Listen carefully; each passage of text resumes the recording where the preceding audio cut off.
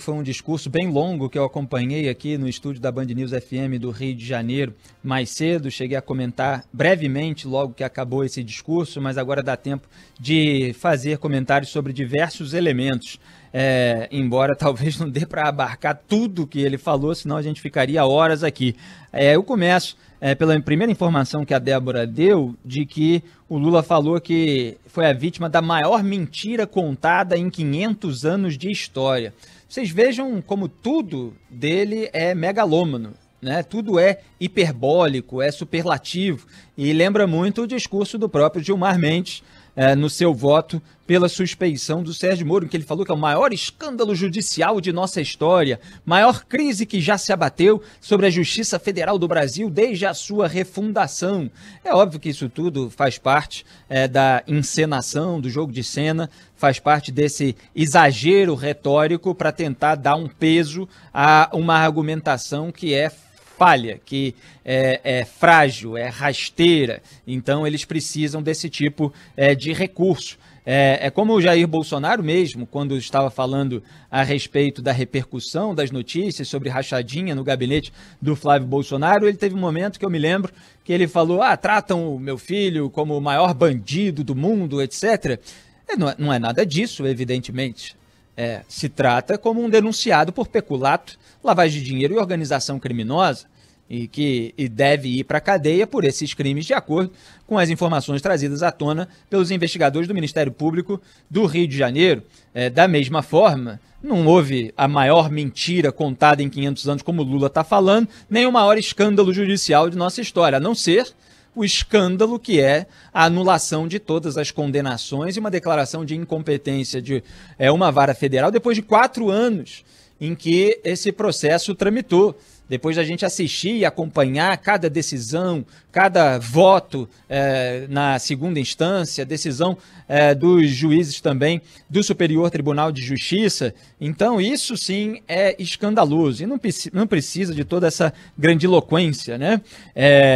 Agora, o Lula, ele misturou no seu discurso, ao longo dele, algumas verdades sobre o Jair Bolsonaro, e é muito fácil você apontar as negligências desse governo, as sabotagens no combate à pandemia, a incompetência do Ministério da Saúde na gestão dessa crise, isso tudo que nós fazemos todos os dias, porque a pandemia está aí se agravando cada vez mais e o Brasil está atrasado em matéria de vacinação, e o presidente desdenhou da gravidade, estimulou que a população tivesse um comportamento contrário àquelas orientações das autoridades médicas e científicas. Então, Lula tentou explorar isso dentro do discurso dele, misturando certas verdades sobre o comportamento e as mazelas do governo Bolsonaro com esse discurso de quem posa de vítima inocente do que ele chamou de uma quadrilha. Então, vejam a gravidade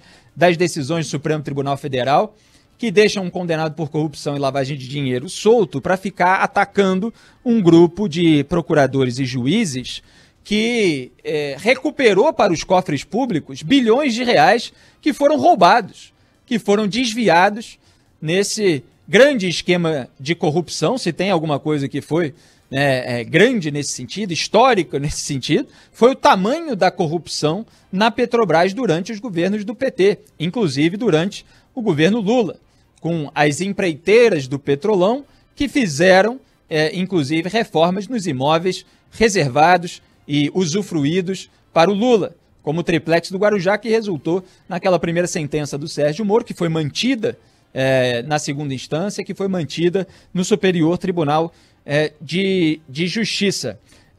Então, o Lula posa ali de vítima, chamando a Lava Jato de quadrilha, logo depois de ele dizer que não tinha mágoa, que não guarda mágoa, que as pessoas estavam preocupadas com qual seria o tom que o Lula iria adotar. Reparem que ele sempre falou isso nos últimos discursos dele ao longo desse processo. Faz um tempinho que ele não fazia um como esse, mas era da mesma forma. Então, é uma técnica que ele tem de expressar uma coisa a respeito do próprio comportamento e logo em seguida fazer exatamente o contrário daquilo que ele expressou. Quer dizer, se isso não é mágoa, imagina se tivesse, né? Ele ataca deliberadamente o Sérgio Moro, os procuradores e a força-tarefa da Lava Jato. Repito, que recuperou pelo menos 4,5 bilhões de reais aí que ficaram disponíveis, inclusive para serem utilizados, inclusive no combate à pandemia, como defenderam alguns. Está sendo chamado de quadrilha, a primeira quadrilha que recupera dinheiro para os cofres públicos de um país. Abro aspas aqui, quadrilha, fecho aspas, é a palavra utilizada pelo ex-presidiário Luiz Inácio Lula da Silva. Então, ele fez isso várias vezes ao longo do discurso, da mesma forma que defende a liberdade de imprensa, ao mesmo tempo que ataca a imprensa inteira, que acusa um conluio da imprensa com a Lava Jato, como se não tivesse cheio de porta-vozes dele na imprensa também, assim como Bolsonaro tem os porta-vozes dele, tem as pessoas que são ligadas a esses políticos que estão lá defendendo as suas narrativas, assim como tem de outros grupos políticos também interessados aí nessa impunidade geral. Mas eles sempre posam de vítima, porque faz parte do repertório cênico criado e desenvolvido pelo João Santana, marqueteiro do PT, que falava, não, o Lula ele oscila entre duas figuras, que é a desse sujeito valente contra as elites, contra a classe média, essas coisas, e aquele sujeito que é o pobre vítima do restante da sociedade. Ele usa essa oscilação dentro do discurso dele para atingir vários públicos e acabar tendo um poder de convencimento maior em termos de marketing. Ele agradeceu vários socialistas, agradeceu ao Foro de São Paulo, que é aquele encontro anual que ele criou junto com o Partido Comunista Cubano, que reunia a esquerda latino-americana e teve o seu primeiro encontro em São Paulo, por isso foi chamado de Foro de São Paulo, mas era um encontro anual que teve ao longo de muitos anos e que depois foi explorado, inclusive, pela direita, como uma reunião ali que era mesmo de movimentos de extrema esquerda e outros partidos de esquerda da América Latina, em que o Lula dizia que era preciso superar as divergências para lidar com as forças antagônicas. Isso que a esquerda fez naquele momento, embora houvesse menos divergências ali entre eles do que eles costumavam afetar, todos ali de alguma forma se utilizavam para tentar chegar ao poder e foram chegando ao poder em vários países, até que esse grupo formalmente se desfez, esse grupo que eles fingiam que não existia muito, depois não conseguiram acobertar, mas continuaram tendo uma articulação internacional. O Bernie Sanders, que é um socialista, confesso, lá dos Estados Unidos, que acabou não sendo o candidato da esquerda americana, o Partido Democrata acabou trazendo a candidatura do Joe Biden, mais moderado, num tom abaixo do socialismo defendido pelo Bernie Sanders, e conseguiu ali abranger um eleitorado suficiente para derrotar o Donald Trump. O que o Lula, portanto, fez foi apontar mazelas do bolsonarismo, ao mesmo tempo em que tentava se aliviar de qualquer culpa sobre o caso do triplex, do sítio de Atibaia, do terreno do Instituto Lula, de doações de empreiteiras, etc. Ele elogiou o trabalho dos profissionais de saúde, falou que o planeta é redondo para contrabalançar com o terraplanismo de uma ala do bolsonarismo, defendeu armas só para a polícia, ao contrário daquilo que o Bolsonaro faz numa defesa do armamento mais deliberado da população. Então, ele buscou aí esse tom eleitoral, marcando posição como um possível opositor do Jair Bolsonaro. Mas, ao mesmo tempo, repito, ele fala que a decisão do Fachin, por exemplo, reconhece que nunca teve crime cometido por ele. E a decisão do Fachin não faz isso. Isso é uma mentira factual. Basta ler a decisão do Fachin. Apenas julgou que o caso não deveria ter tramitado na 13ª Vara Federal de Curitiba, porque não viu ali uma associação direta de acordo com o entendimento que nem era dele, mas que era do próprio ministro indicado pelo Lula, Ricardo Lewandowski, e do Gilmar Mendes, indicado pelo governo do PSDB, e que fazia com que outros casos fossem deslocados para a Justiça Federal de Brasília. Então o Fachin aplicou aquilo que a segunda turma estava aplicando a outros casos, mas em nenhum momento declarou Lula inocente, como os petistas vão fingir que ele e vão fingir que ele foi declarado. E o Lula falou, nós vamos continuar brigando para que o Sérgio Moro seja considerado suspeito.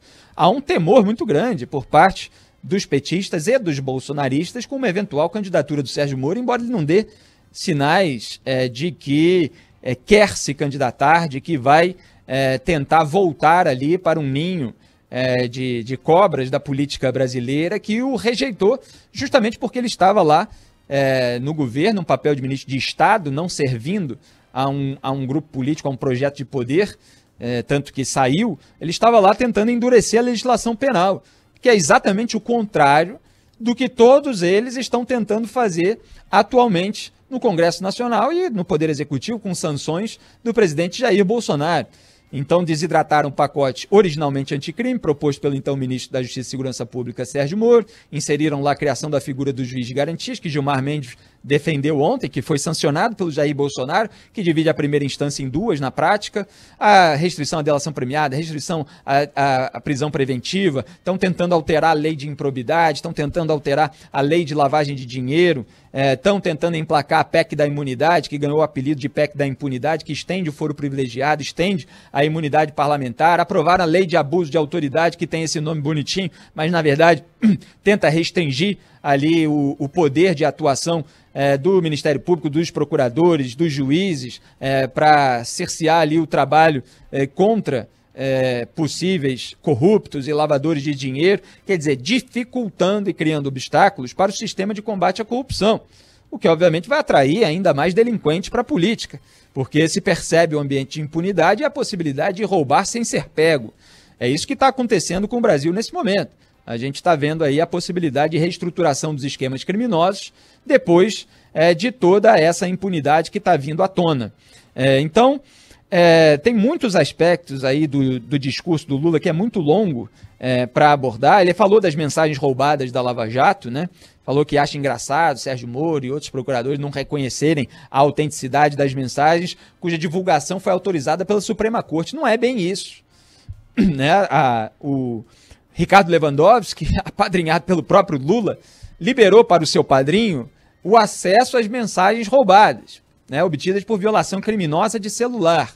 O acesso lá dentro do processo para que a defesa de um condenado pudesse escolher alguma coisa para utilizar, o que não veio a ser necessário, apesar de terem sido citadas as mensagens roubadas tanto pelo Gilmar Mendes quanto pelo Ricardo Lewandowski, porque o Fachin anulou tudo.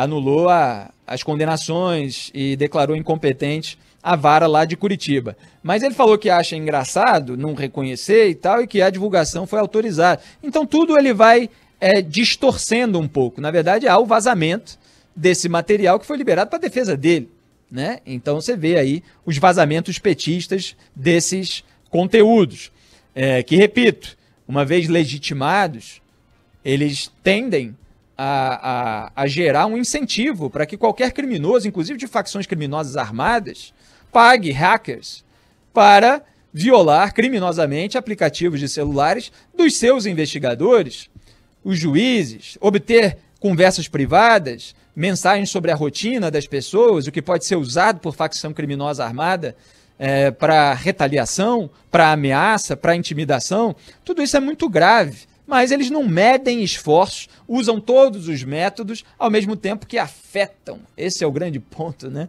Afetam uma imparcialidade. Gilmar Mendes afetando imparcialidade. O Gilmar que mandou soltar o empresário cuja filha ele foi padrinho de casamento.